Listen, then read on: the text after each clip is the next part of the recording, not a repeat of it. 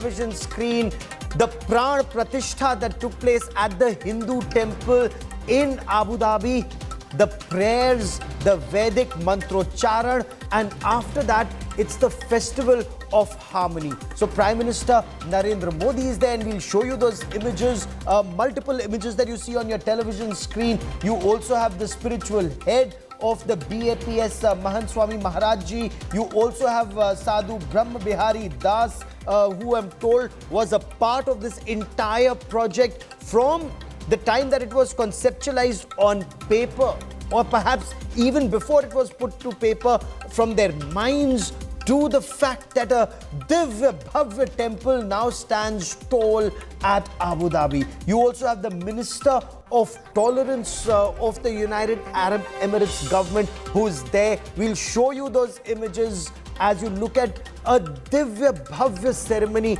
that's just been concluded of the Pran Pratishtha and the Aarti. And incidentally, an Aarti that was simultaneous across 1,500 BAPS temples across the world.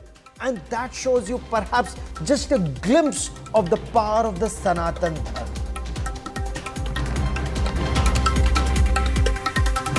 I'm Gaurav Sawant. We get you all details on the Newstrack. This divinity, deities and diplomacy in West Asia is our top focus story. But first, as always, the headlines.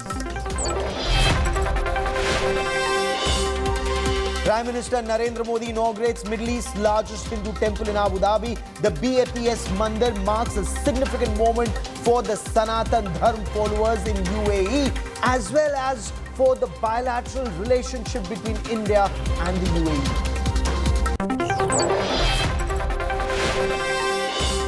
Women of Sandesh Khali in West Bengal narrate tales of horror, rape and torture. Accuse TMC leader Sheikh Shah Jahan and his men of abducting and raping women and assaulting men.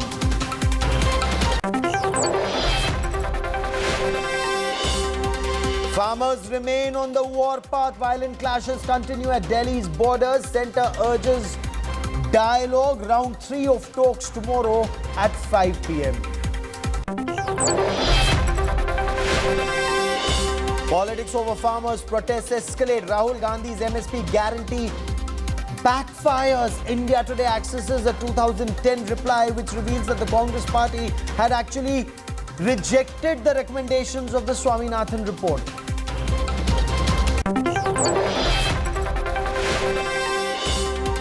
Five-time Lok Sabha MP Sonia Gandhi set to enter parliament through the Rajya Sabha route. She's filed a nomination from Rajasthan today.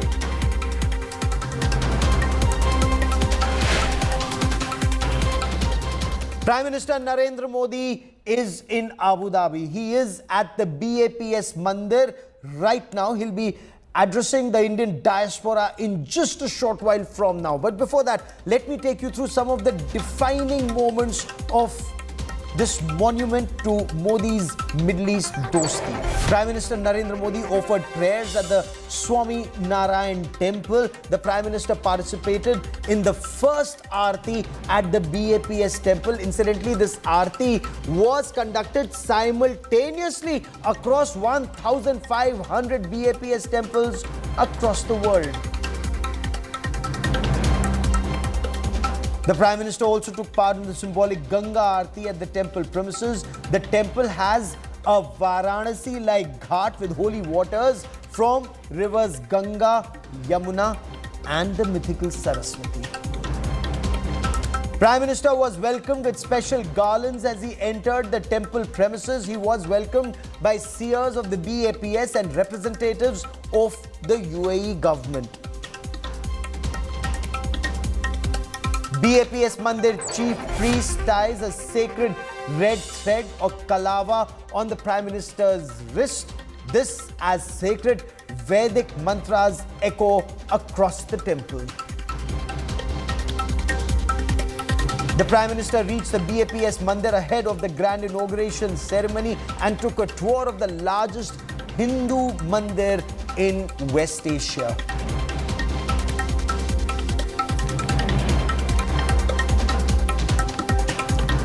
And I quickly want to cut across to India. Today's Akshita Nandagopal, who is on ground zero. She is witnessing this divinity with that magnificent temple in the backdrop. And Akshita, the story of the 7 shikhars behind you, this Divya Bhavya temple, it truly must be a divine feeling being there. Akshita, take it away.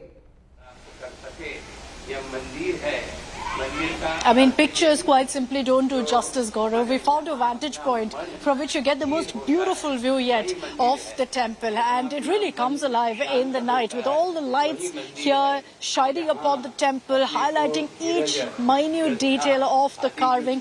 This is truly, truly a sight to behold right now. It shows the amount of love, care that's gone into making this temple. You know, repeatedly we've spoken to Gaurav about how this temple has come up literally in the middle of nowhere in what was once a sandy desert area of Abu Dhabi. Now this tall temple stands here, and you can see that it's so beautiful. It's an architectural marvel, there's no doubt about it. But let me explain to you how difficult also it must have been to actually get this temple together. I'm not sure how much I can show you, but I just want to show you the skyline here of how there's nothing around here but desert land.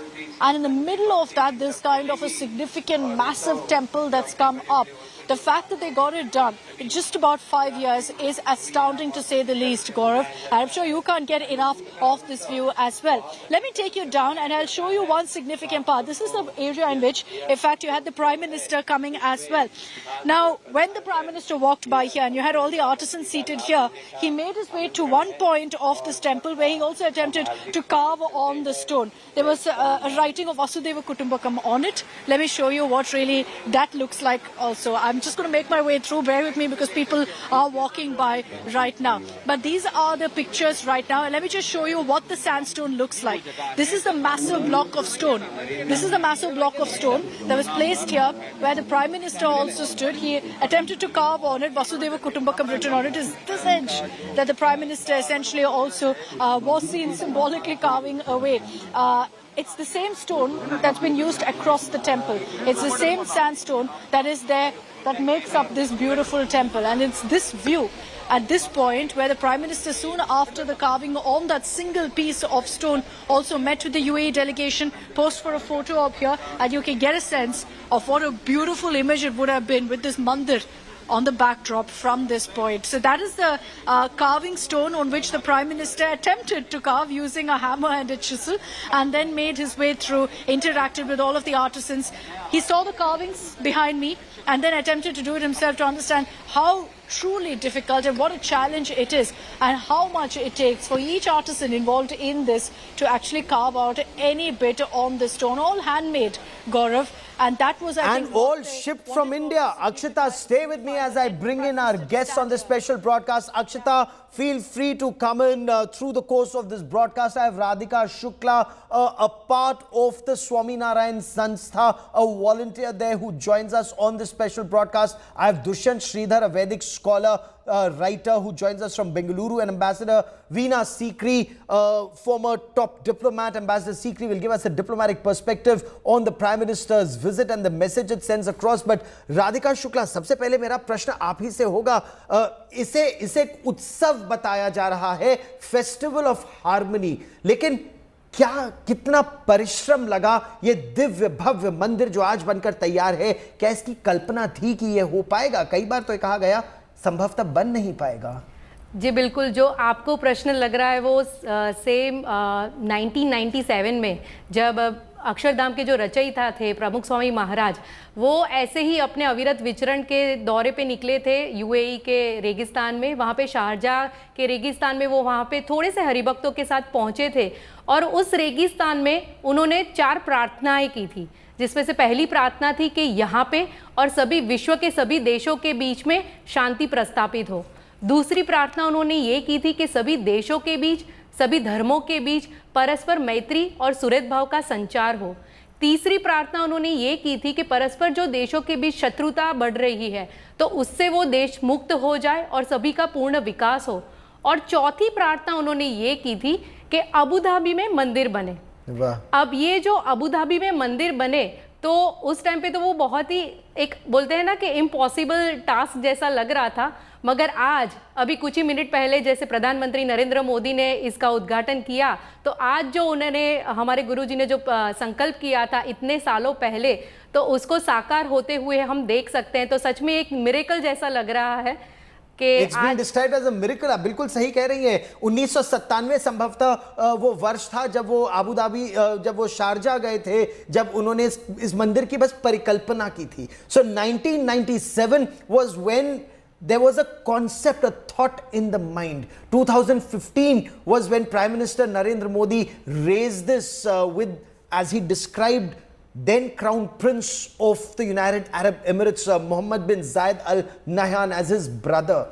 2 acres of land initially was given, then another 2.5 acres, then 13 acres, and now 27 acres from a corner to that main arterial road that connects Abu Dhabi to Dubai. That's where this Divya Bhavya temple has come up. As we wait for Prime Minister Narendra Modi's address in Abu Dhabi, let's show you the significance and special features of this divine temple. And this is truly labor of love and devotion. Akshata Nandagopal reports.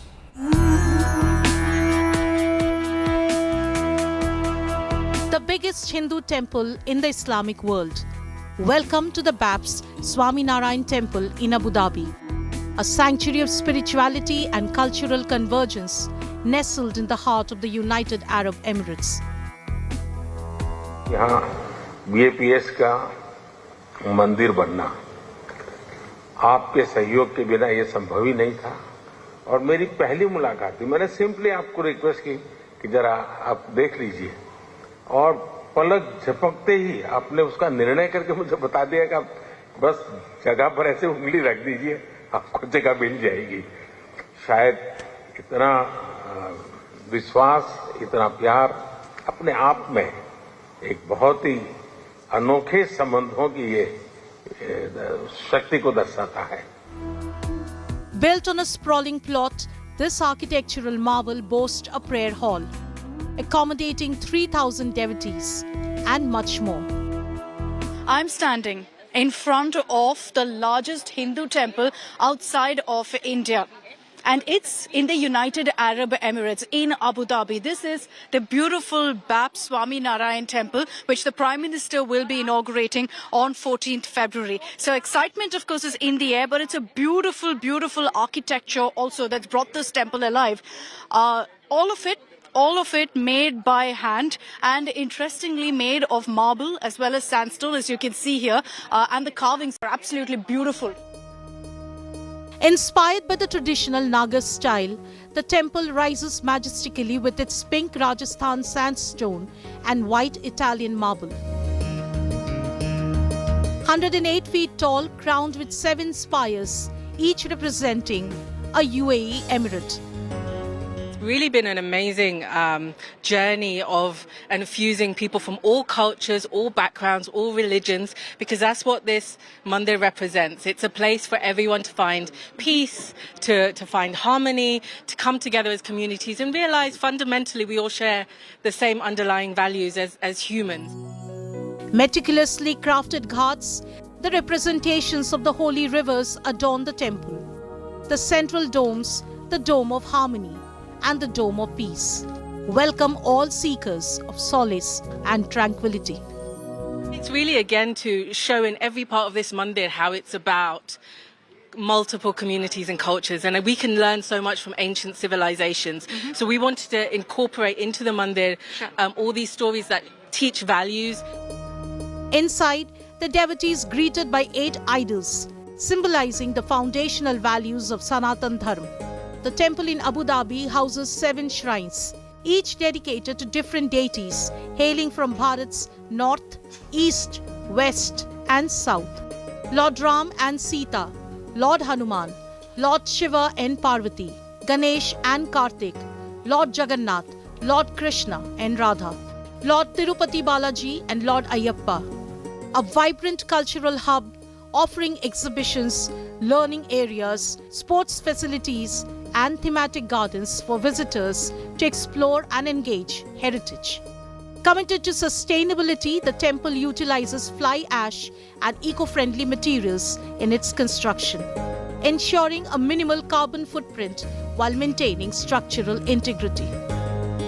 It's a very, very divine visual, and to be in Emirates and to see the love outpouring, it's kind of a sign of very divine bonding between two beautiful nations.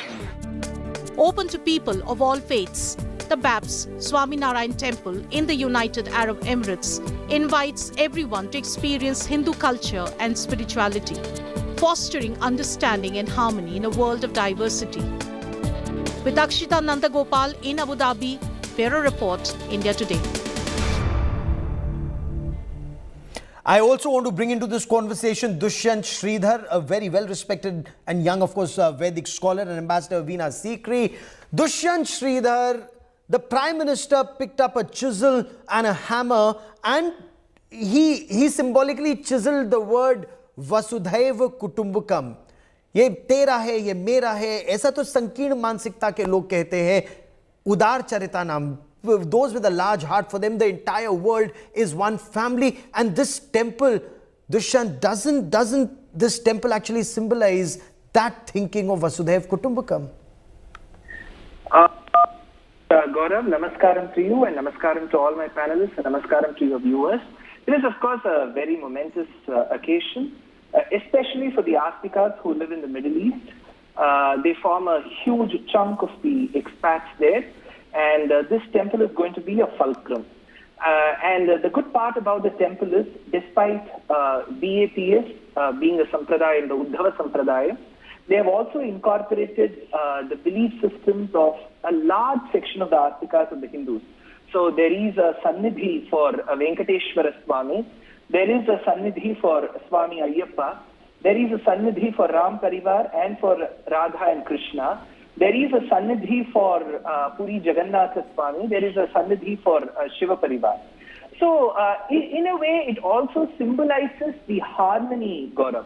And just a few words about BAPS. BAPS does follow the Swaminarayan Sampradayam. And Swaminarayan, who is one of the respected philosophers and saints in our Hindu tradition, was born as Swami Sahajanand in Uttar Pradesh, in the state of Uttar Pradesh. And he, of course, seeking the truth, the Satyam in our Vedanta, he wandered as Nilakantha Varni through different parts of the country. And the two important works that he has bestowed is Vachanamritam and Shikshapatri. So he came all the way to the south, and he says, Vishishtadvaitam Matam Me, my philosophy is Vishishtadvaita of Ramanuja. And he goes on in one of the statements to state that Ramanujacharya Kritam Bhashyam Adhyatmikam Mama. So the works of Ramanuja is what my students have to follow with respect to Upanishads, the Bhagavad Gita Bhashyam. So in a way, Swaminarayan himself, that is Sahajanand Swami himself, was a beautiful amalgamation of so many cultures in Bharatiya tradition. And today BAPS, which is such a world-renowned movement, is of course imbibing and bequeathing that thought from Sahajananda Swami and following that. And to the Astikas of Abu Dhabi, it is going to be a victory. Just not Abu Dhabi, the 7 Emirates. One thing that impressed me, Gaurav, is the 7 shikharas, which they have imbibed respecting the 7 Emirates, Abu Dhabi, Dubai, Sharjah, Ras Al Khaimah. So the 7 Emirates become the 7 shikharas.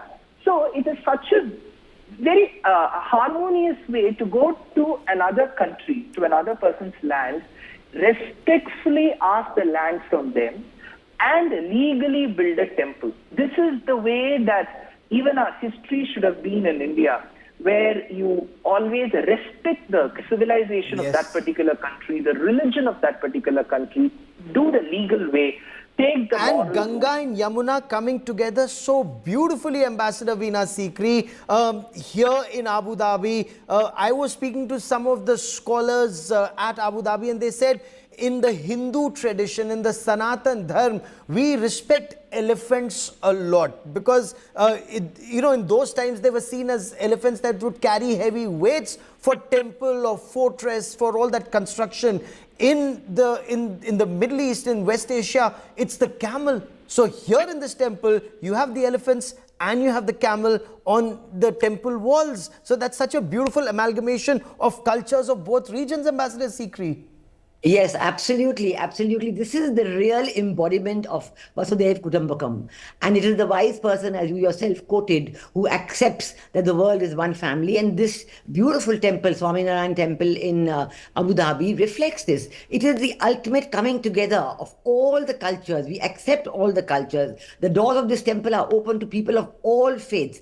Everybody comes in peace, everybody comes in tolerance, and everybody comes in complete harmony. So this is absolutely a culmination of what Sanatan Dharma is all about. As we all know, in India, whenever people came from different parts of the world, whether the Jews came or even the Catholics came, and the Zoroastrians came, they were all welcomed and accepted, and their beliefs were welcomed in the midst of all the other people living there. So here you see for the first time this Sanatan Dharma going to the Middle East, to the Gulf, and expressing itself in Abu Dhabi. And it's a great tribute to the sagacity of the president of the UAE, President Mohammed Sheikh Zayed Al Nahyan, and to his friendship, his respect, his admiration for Prime Minister Modi, that ever since Prime Minister Modi's first visit as Prime Minister to Abu Dhabi, when he met the then Crown Prince Mohammed Sheikh bin Zayed Al Nahyan, that they came up with this idea. Prime Minister Modi just mentioned to him that we would like to have this, and here it is materialized. It is amazing that in this short span of time, it takes decades. So many ancient temples in India took decades to construct, decades and decades, multiple decades. But here, in this short space, we have today the so the first, absolutely, first foundation stone in 2017, then the final, plan in 2019, and it's already ready. Radhika Shukla ji, by 2024, तो 2017 और 19 से जो प्रयास शुरू हुआ और सारे पत्थर भारत से गए, राजस्थान से गए, उस पे जो कार्विंग हुई, ये तो भारत की शक्ति को दर्शाता है। लेकिन जो बात मैं आपसे पूछना चाहता हूं, जो वहां पर भारतीय बच्चे हैं, उन्होंने श्रमदान किया, उन्होंने कार सेवा की, उसके बारे में हमें बताइए कि किस तरह से वो मंदिर निर्माण से जुड़े। जी बिल्कुल, मंदिर के लिए छोटे बड़े सभी लोगों ने इसमें अपना योगदान दिया है, तो बच्चे भी क्यों पीछे हट जाए। तो उन्होंने भी अपनी इच्छा जताई। तो हर रविवार को लगभग 100 जितने बच्चे वहाँ पे इकट्ठा होते थे और मंदिर निर्माण में जो थोड़े से पत्थर बच जाते थे, उस पत्थर को लेकर उसके ऊपर पॉलिशिंग करके उसको पेंट करते थे, और पेंट करने के बाद अच्छे से डिज़ाइन और स्पिरिचुअल मैसेज के साथ वो एक छोटा सा, एक कहते हैं ना, टाइनी ट्रेजर्स उन्होंने तैयार किया है कि अबू धाबी का ये जो मंदिर दर्शन के लिए जो भी श्रद्धालु आएंगे, तो उनको मंदिर दर्शन के बाद एक स्मृति भेंट के तौर पे ये उनको अपना टाइनी ट्रेजर देंगे। तो बच्चों का भी बहुत ही खूब योगदान इसके अंदर रहा है।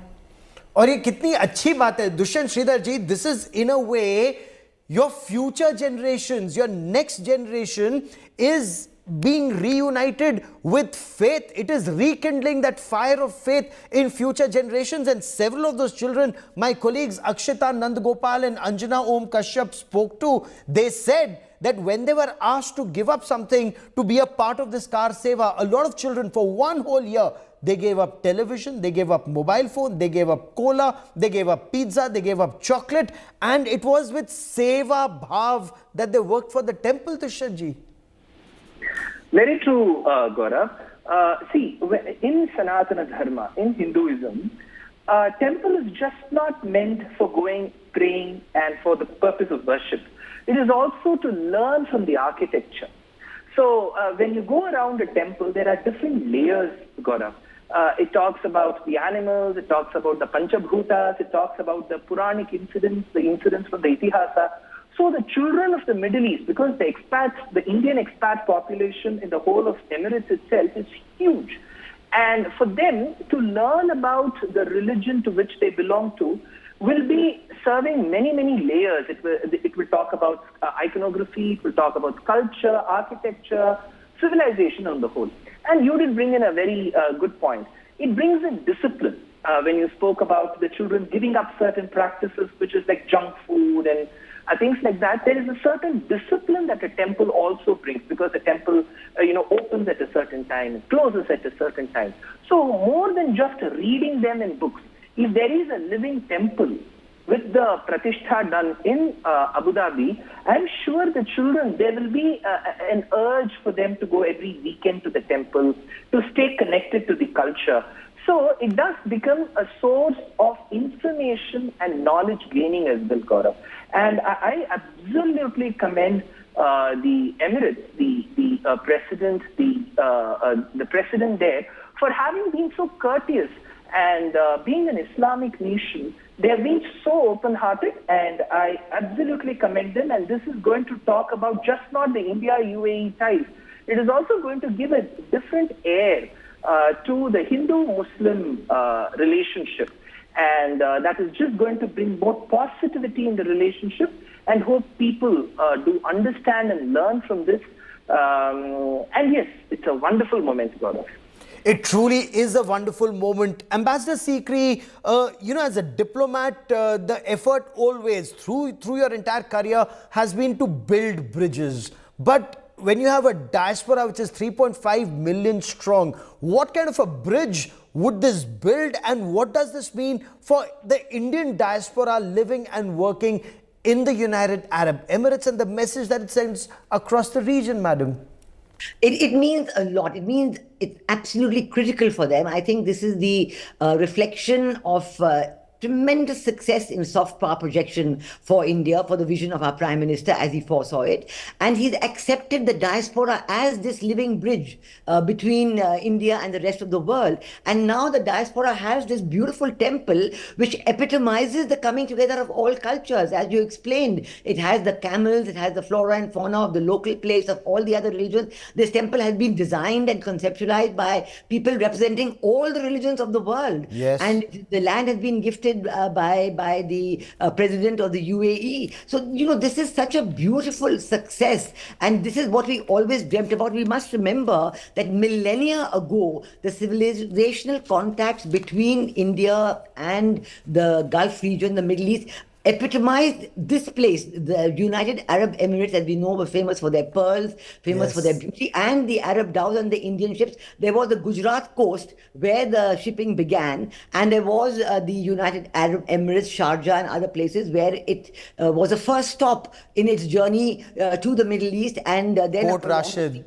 Of Europe. So this is the coming to remembering that millennial link and bringing it to life again. It'll be real for the people of India, for the people of India living in the Gulf, and for the people of the Gulf themselves. They will remember, and I think it's very visionary of the president of UAE to bring in this aspect of tolerance, peace and harmony, to show to his own people that this is real. This is what all religions are about. And all religions can find their culmination in peace, tolerance and harmony. So the message goes out to the people of the UAE, the people of the Gulf region, and of course to the people of India living there. It's a tremendously important message. Okay. And it comes together with, I would say, the very important agreements that the Prime Minister has signed with the Prime Minister of India and the President of UAE have seen signed in their presence. One of those I want to mention, which is to develop a national maritime heritage complex in Lothal. Yes. Lothal is ancient, the most ancient port in the world, 4000 BC, that it dates back to and even beyond. And that is where India and UAE are going to develop this national maritime heritage complex to reflect this civilizational link between our two countries. Now, if all countries were to develop such civilizational links, memories, memorials, complexes, to such civilizational links, the world would be a much peacer and safer place, a much more peaceful and much safer place, because we would all recall that in times gone by, we were so peacefully trading with each other. We had no differences. And that actually brought wealth to the entire region. And India... India was known as that golden sparrow. The point that you were raising, ma'am, and I want to take this to Radhika Shukla. Radhika ji, a Muslim king donated land for a Hindu temple where the lead architect is a Catholic Christian, the project manager is a Sikh, the foundational designer is a Buddhist, the construction company is Parsi, and the director comes from the Jain tradition. So, itna zabardast ye pura मिश्रण हुआ है, ये क्या संदेश दे रहा है, कल्पना क्या थी और क्या निकल कर आया है? देखिए, संदेश तो बहुत ही साफ है। जो अभी हम फेस्टिवल मना रहे हैं, फेस्टिवल ऑफ हार्मनी, तो बहुत ही क्लियर संदेश दिया जा रहा है कि हर एक धर्म के, हर एक प्रांत के लोग इकट्ठा मिलके एक श्रद्धा के केंद्र को बना रहे हैं। तो इसमें कोई भेदभाव नहीं है, यहाँ पे हर जाति के, हर प्रांत के सभी लोगों के लिए ये खुला है।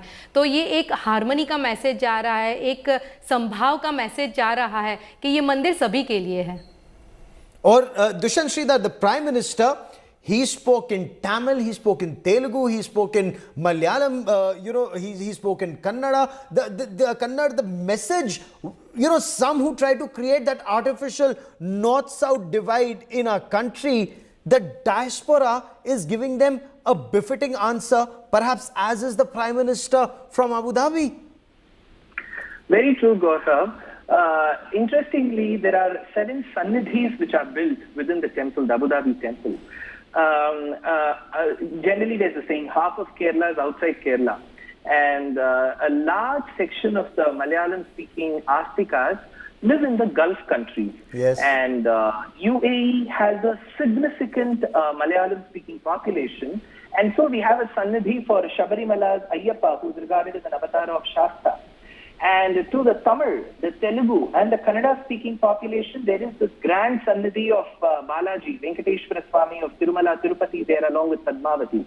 To the Astikas who speak Bengali and Odia, there is a sannidhi for Puri Jagannath there.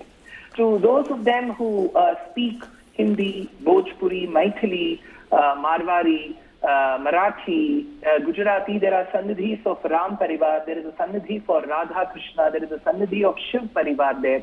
And of course, there is this Acharya of Sahajananda Swami, who's revered as Swami Narayan.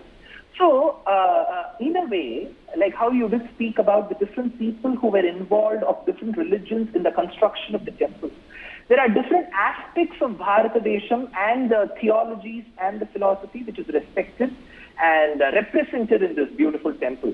And it is very important, Rahul, because just imagine I have spoken in many of the BAPS temples in the US. So had the same temple been inaugurated in the US, it would have just been 102nd temple there. But in the UAE, it becomes very important because as far as the Prana Pratishtha of all these sannidhis have happened, this is probably the only large temple in Abu Dhabi. There is one in Dubai recently as well. So this Abu Dhabi temple speaks a lot, and it will surely raise the eyebrows of many, many people across the world, because this is going to just not redefine the Hindu-Muslim unity, but it will also talk about India and UAE's ties. Yes. So I'm so happy that the president of the country has led this very arduous task of actually showcasing this unity by welcoming the construction of the temple. And, Gaurav, at times I feel this generation of different ages that we all see, we have seen a pandemic, we have seen the Ram Mandir in Ayodhya, and now we are seeing a temple in UAE. I just hope we get to see many such momentous occasions during our lifetime. I think this is a century of us. It's for us.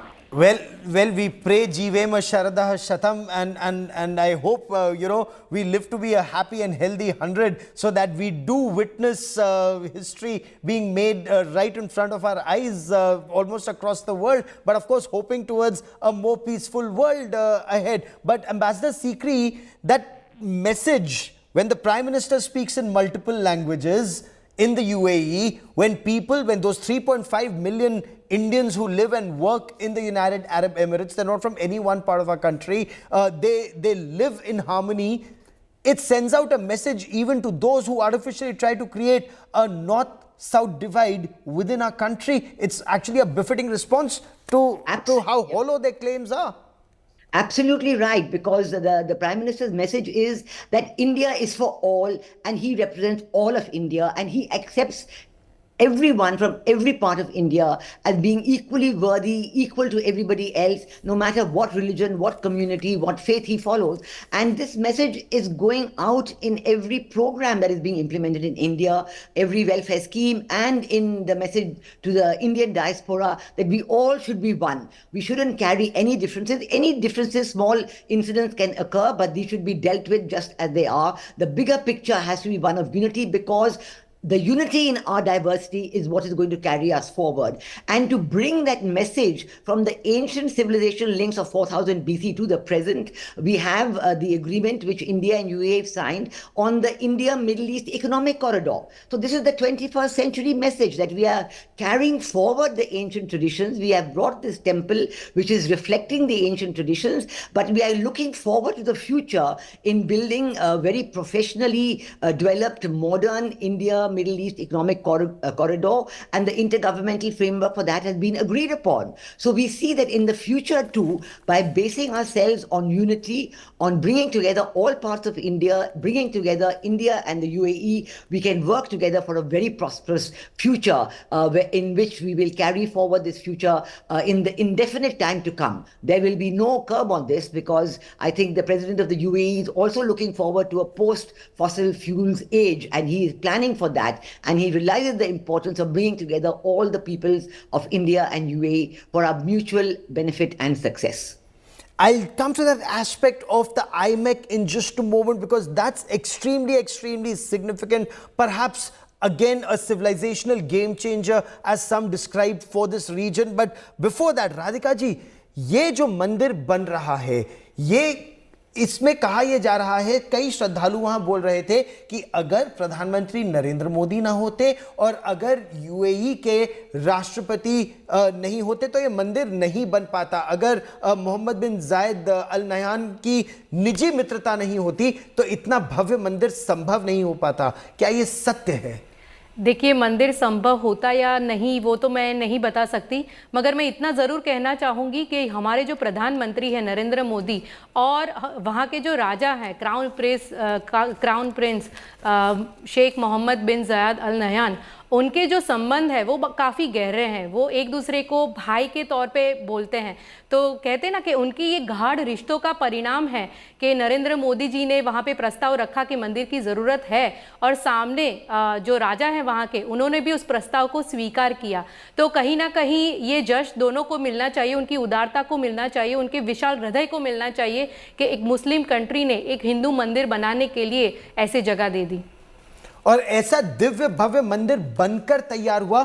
इस मंदिर के निर्माण में हमको के बारे में हमको बताइए कि कहां से इसका जो पत्थर आया, कहां इसे तराशा गया, कैसे इसे ले जाया गया, उसके बारे में हमारे दर्शकों को बताइए। जी, मंदिर के अंदर जो वाइट मार्बल यूज किया गया है वो इटली से लाया गया है।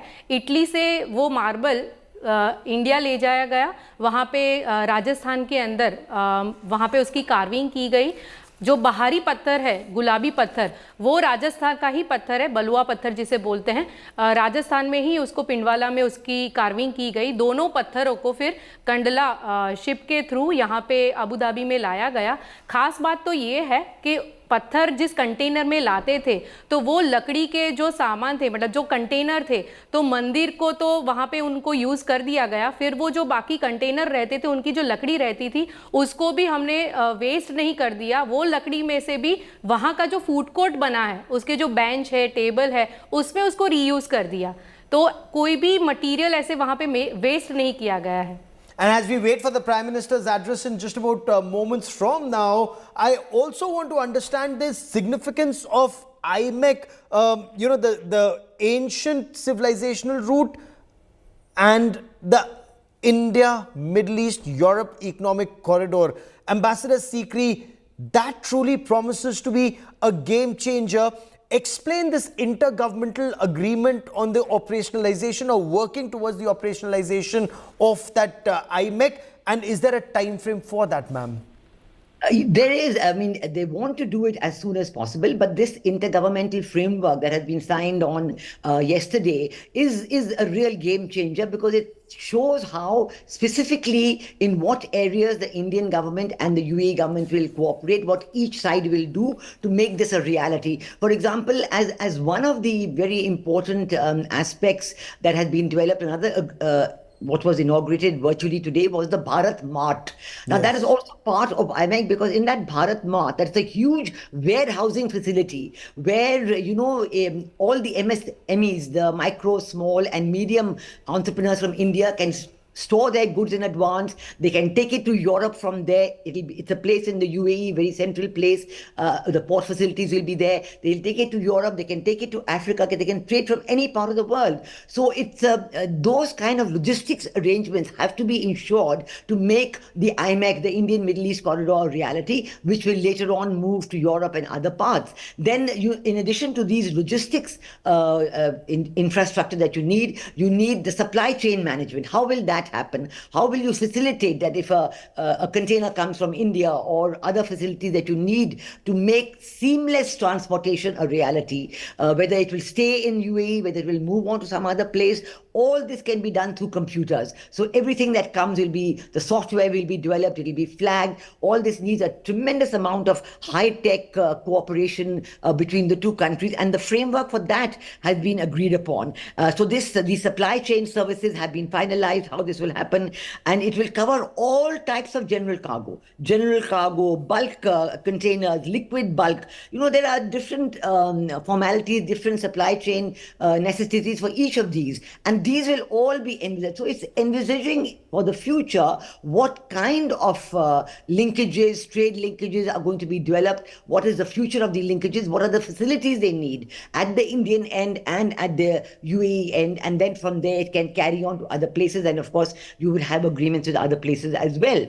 It's a tremendously far-sighted, visionary agreement. And if you recall, this IMEC was announced at the G20 summit in India. So that really carries forward into the implementation levels already what was agreed upon at the G20 summit.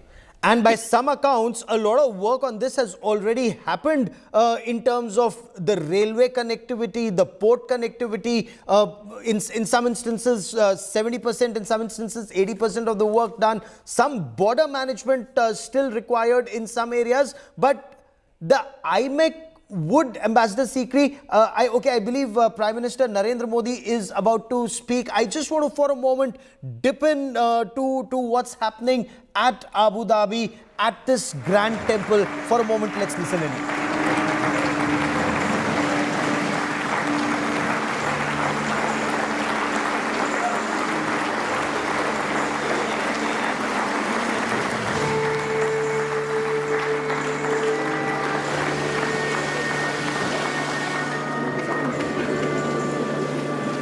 Sri Swaminarayan Jayate.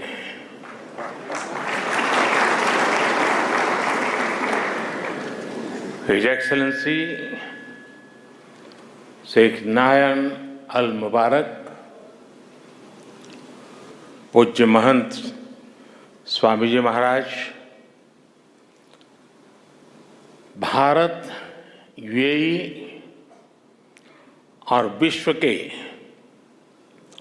विभिन्न देशों से आए अतिथिगण और दुनिया के कोने कोने से इस आयोजन से जुड़े मेरे भाइयों एवं बहनों, आज यूनाइटेड अरब अमीरात की धरती ने मानवीय इतिहास का एक नया स्वर्णिम अध्याय लिखा है।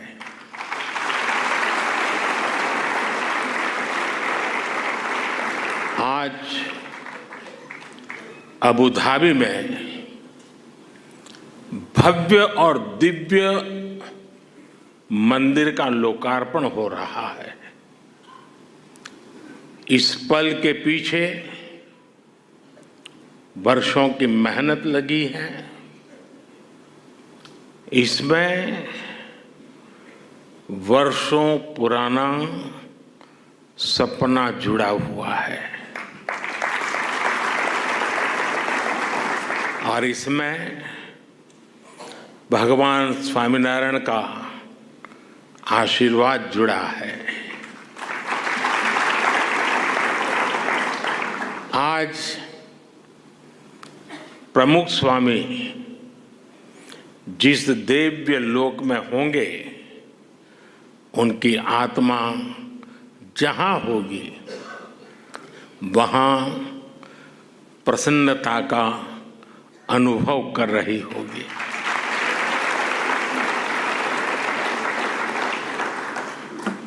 पूज्य प्रमुख स्वामी के साथ मेरा नाता एक प्रकार से पिता पुत्र का नाता रहा।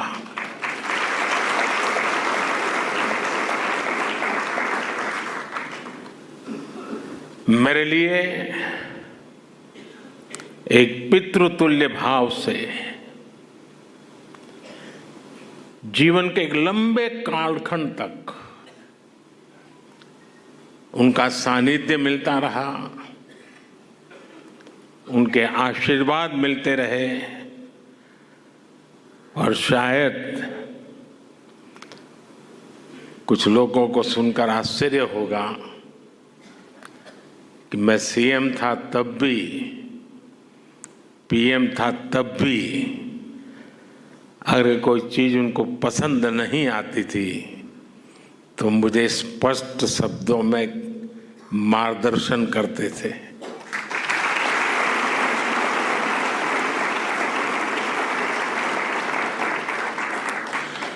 और जब दिल्ली में अक्षरधाम का निर्माण हो रहा था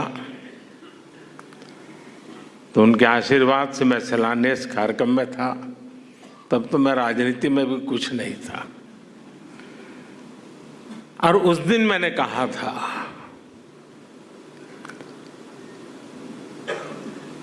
कि गुरु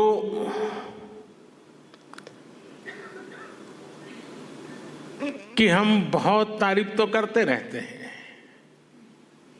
लेकिन कभी सोचा है कि किसी गुरु ने कहा कि यमुना के तट पर अपना भी कोई स्थान हो और शिष्य रूपी प्रमुख स्वामी महाराज ने अपने गुरु की उस इच्छा को परिपूर्ण कर दिया था।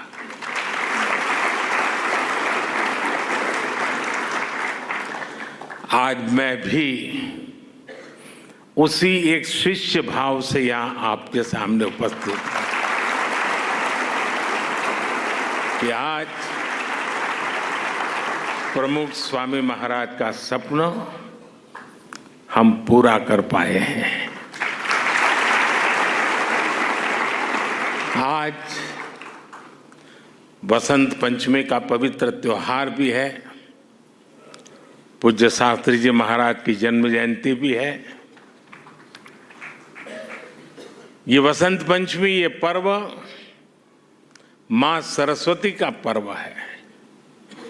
मां सरस्वती यानी बुद्धि और विवेक की मानवीय प्रज्ञा और चेतना की देवी।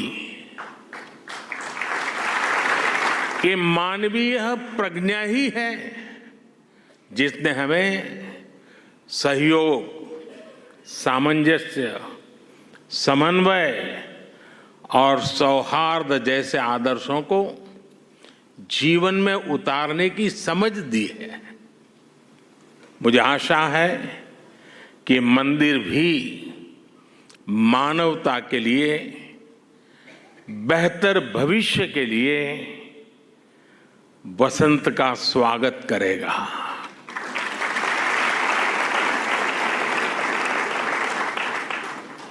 ये मंदिर पूरी दुनिया के लिए सांप्रदायिक सौहार्द और वैश्विक एकता का प्रतीक बनेगा। भाइयों और बहनों, यूएई के minister of tolerance his excellency Sheikh Nahyan al Mubarak यहां विशेष तौर पर उपस्थित है और उन्होंने भाव भी जो व्यक्त किए, जो बातें हमारे सामने रखी, वो हमारे उन सपनों को मजबूत करने का उनके शब्दों में उन्होंने वर्णन किया है। मैं उनका आभारी हूं। साथियों, इस मंदिर के निर्माण में यूएई की सरकार की जो भूमिका रही, उसकी जितनी तारीफ की जाए उतनी कम है।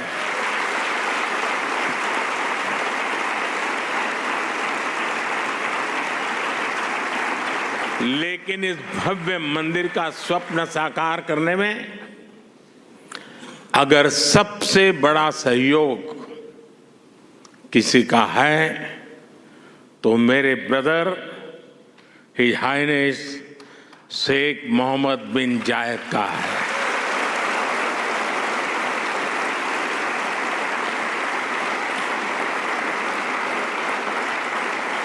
मुझे पता है कि प्रेसिडेंट ऑफ यूएई की पूरी गवर्नमेंट ने कितने बड़े दिल से करोड़ों भारतवासियों की इच्छा को पूरा किया है और इन्होंने सिर्फ यहां नहीं 140 करोड़ हिंदुस्तानियों के दिल को जीत लिया।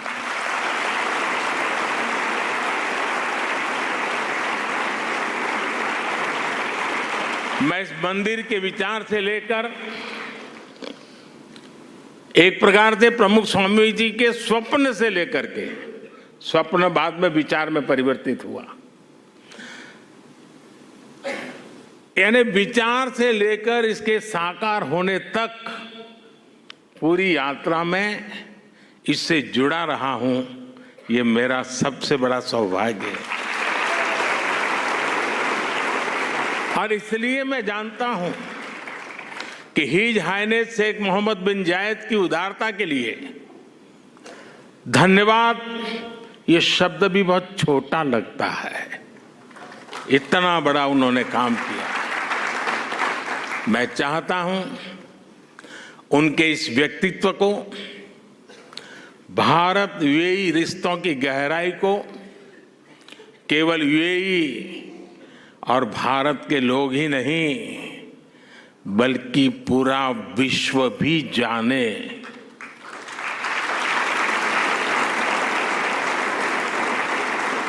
मुझे याद है जब मैं 2015 में यूएई में यहाँ आया था और तब मैंने हिज हाइनेस शेख मोहम्मद से इस मंदिर के विचार पर चर्चा की थी। मैंने भारत के लोगों की इच्छा उनके सामने रखी तो उन्होंने पलक झपकते ही उसी पल मेरे प्रस्ताव के लिए हाँ कर दिया। उन्होंने मंदिर के लिए बहुत कम समय में ही इतनी बड़ी जमीन भी उपलब्ध करवाई। यही नहीं, मंदिर से जुड़े एक और विषय का समाधान किया। मैं साल 2018 में जब दोबारा यूएई आया था, या संतों ने मुझे जिसका ब्रह्मविहारी स्वामी जी ने अभी वर्णन किया, मंदिर के 2 मॉडल दिखाए। एक मॉडल भारत की प्राचीन वैदिक शैली पर आधारित भव्य मंदिर का था जो हम देख रहे हैं। दूसरा एक सामान्य सा मॉडल था जिसमें बाहर से कोई हिंदू धार्मिक चिन्ह नहीं थे। संतों ने मुझे कहा कि यूएई की सरकार जिस मॉडल को स्वीकार करेगी उसी पर आगे काम होगा। जब यह सवाल हिज हाइनेस शेख मोहम्मद के पास गया तो उनकी सोच साफ, एकदम साफ थी। उनका कहना था कि अबू धाबी में जो मंदिर बने वो अपने पूरे वैभव और गौरव के साथ बने। वे चाहते थे कि यहाँ सिर्फ मंदिर बने ही नहीं बल्कि वो मंदिर जैसा दिखे भी। साथियों, ये छोटी बात नहीं है, बहुत बड़ी बात है। यहाँ सिर्फ मंदिर बने ही नहीं लेकिन वो मंदिर जैसा दिखे भी। भारत से बंधुत्व की ये भावना वाकई हमारी बहुत बड़ी पूंजी है। हम इस मंदिर के में जो भव्यता दिख रही है उसमें हिज हाइनेस शेख मोहम्मद की विशाल सोच की भी झलक है। अब तक जो यूएई बुर्ज खलीफा, फ्यूचर म्यूजियम, शेख जायद मस्जिद और दूसरी हाईटेक बिल्डिंग के लिए जाना जाता था, अब उसकी पहचान में एक और सांस्कृतिक अध्याय जुड़ गया है।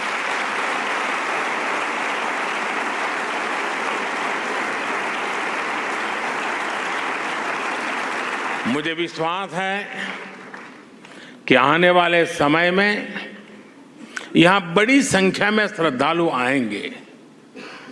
इससे यूएई आने वाले लोगों की संख्या भी बढ़ेगी और पीपल टू पीपल कनेक्ट भी बढ़ेगा।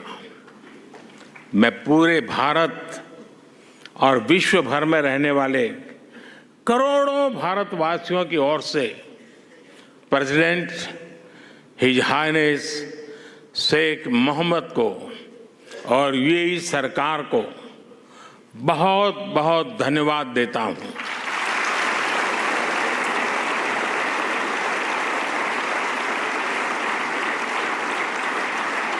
मैं आप सबसे प्रार्थना करता हूं, हम सब यूएई के प्रेसिडेंट को यहां से स्टैंडिंग ओवेशन दें।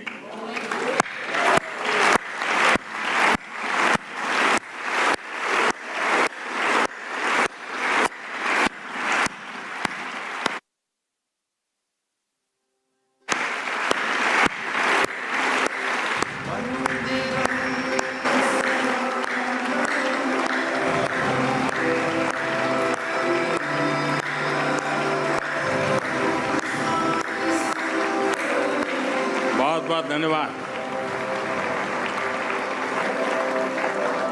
मैं यूएई के लोगों का भी उनके सहयोग के लिए हृदय से आभार व्यक्त करता हूं। साथियों, भारत और यूएई की दोस्ती को आज पूरी दुनिया में आपसी विश्वास और सहयोग के एक उदाहरण के रूप में देखा जाता है। खासकर बीते वर्षों में हमारे संबंधों ने एक नई ऊंचाई हासिल की है, लेकिन भारत अपने इन रिश्तों को केवल वर्तमान संदर्भ में ही नहीं देखता। हमारे लिए इन रिश्तों की जड़ें हजारों साल पुरानी है। अरब जगत सैकड़ों वर्ष पहले भारत और यूरोप के बीच व्यापार में एक ब्रिज की भूमिका निभाता था। मैं जिस गुजरात से आता हूं, वहां के व्यापारियों के लिए, हमारे पूर्वजों के लिए तो अरब जगत व्यापारिक रिश्तों का प्रमुख केंद्र होता था। सभ्यताओं के इस समागम से ही नई संभावनाओं का जन्म होता है। इसी संगम से कला, साहित्य और संस्कृति की नई धाराएं निकलती है। इसलिए अबू धाबी में बना ये भव्य मंदिर इसलिए इतना महत्वपूर्ण है। इस मंदिर ने हमारे प्राचीन रिश्तों में नई सांस्कृतिक ऊर्जा भर दी है। साथियों, अबू धाबी का ये विशाल मंदिर केवल एक उपासना स्थली नहीं है, ये मानवता की साझी विरासत का, शेयर्ड हेरिटेज का प्रतीक है।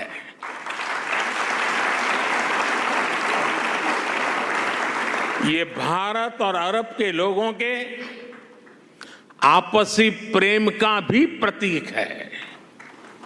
इसमें भारत यूएई के रिश्तों का एक आध्यात्मिक प्रतिबिंब भी है। इस अद्भुत निर्माण के लिए मैं BAPS संस्था और उनके सदस्यों की सराहना करता हूं, हरिभक्तों की सराहना करता हूं,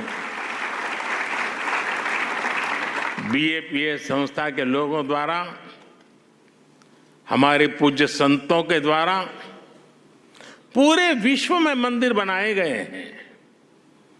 इन मंदिरों में जितना ध्यान वैदिक बारीकियों का रखा जाता है, उतनी ही आधुनिकता भी उसमें झलकती है।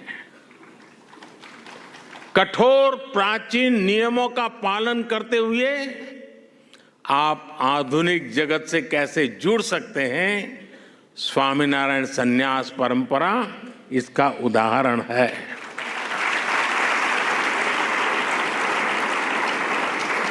आपका प्रबंध कौशल, व्यवस्था संचालन और उसके साथ साथ हर श्रद्धालु को लेकर संवेदनशीलता, हर कोई इससे बहुत कुछ सीख सकता है।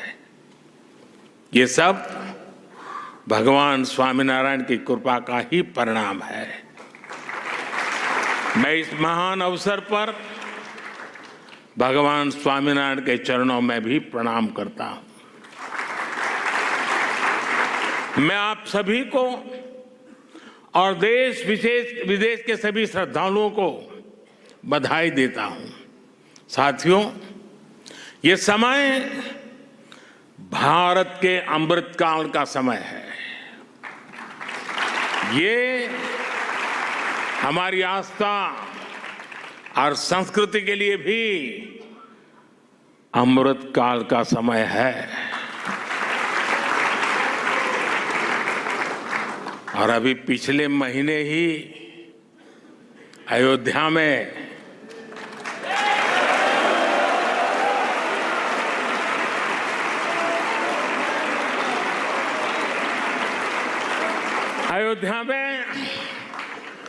भव्य राम मंदिर का सदियों पुराना सपना पूरा हुआ है। रामलला अपने भवन में विराजमान हुए हैं। पूरा भारत और हर भारतीय उस प्रेम में, उस भाव में अभी तक डूबा हुआ है। और अभी मेरे मित्र ब्रह्मविहारी स्वामी कह रहे थे कि मोदी जी तो सबसे बड़े पुजारी है। मैं जानता नहीं हूं मैं मंदिरों की पुजारी की योग्यता रखता हूं या नहीं रखता हूं, लेकिन मैं इस बात का गर्व अनुभव करता हूं कि मैं मां भारती का पुजारी हूं।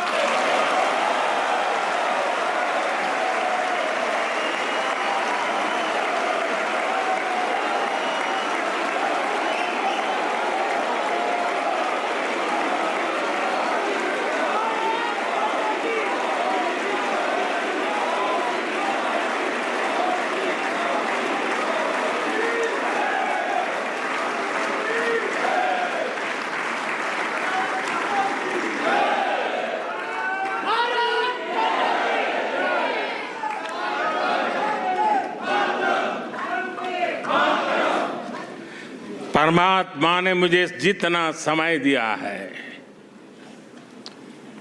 उसकी हर पल, और परमात्मा ने जो शरीर दिया है उसका कण कण सिर्फ और सिर्फ मां भारती के लिए है।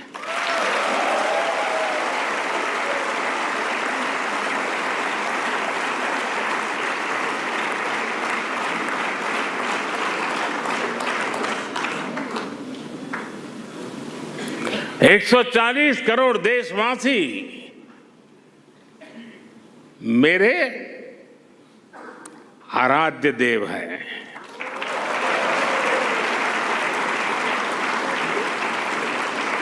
साथियों, अयोध्या के हमारे उस परम आनंद को आज अबू धाबी में मिली खुशी की लहर ने और बढ़ा दिया। Presented by JK Tyre Ranger Series. Stay wild at heart. Co-presented by Star Health Insurance, the health insurance specialist. Co-presented by New Kia Sonet, the wild reborn. Co-powered by The bold look of Kohler.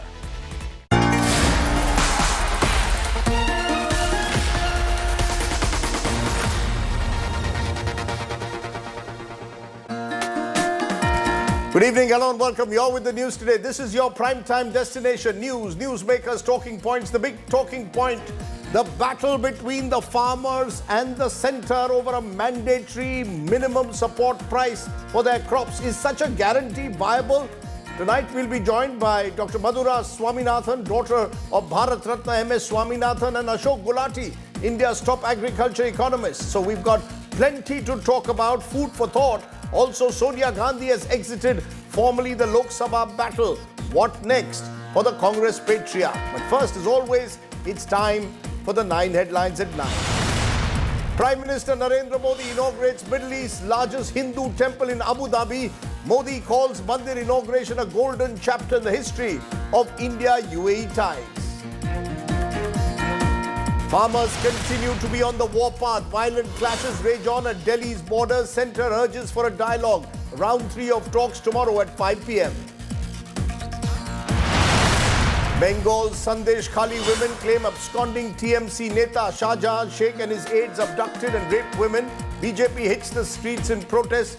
Trinamool says BJP politicizing crime against women. Enforcement Directorate summons Delhi Chief Minister Arvind Kejriwal again. Kejriwal asked to appear for the 6th time on 19th of February. 5-time Lok Sabha MP Sonia Gandhi files her Rajya Sabha nomination from Rajasthan. Big buzz over whether Priyanka Gandhi Vadra may now contest from Rai Bareli. Amid buzz over whether NCP Pawar faction could join hands with the Congress, NCP patriarch Pawar meets party cadre. Supriya Sule says Congress merger claim baseless. Shocking assault in Madhya Pradesh's Betul, tribal man stripped, hung from ceiling, beaten brutally. Accused held after assault video goes viral. More trouble for Paytm. Enforcement Directorate registers a case against Paytm Payments Bank over FEMA violations. Pakistan People's Party agrees to support Nawaz Sharif's PMLN with Shehbaz Sharif as the new Prime Minister. Imran Khan supporters continue to protest alleged rigging in Pakistan polls.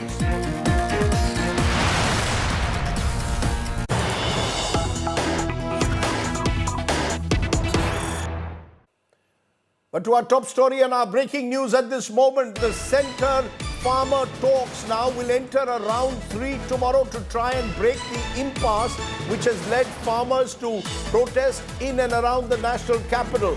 Farmer union leaders will meet government representatives once again in Chandigarh. 3 ministers, including the Agriculture Minister and the Commerce Minister, are expected to attend. This amidst the call for a Bharat Bandh by the farmer unions on Friday. So clearly, there is no immediate end in sight, but hopes of a dialogue and talks taking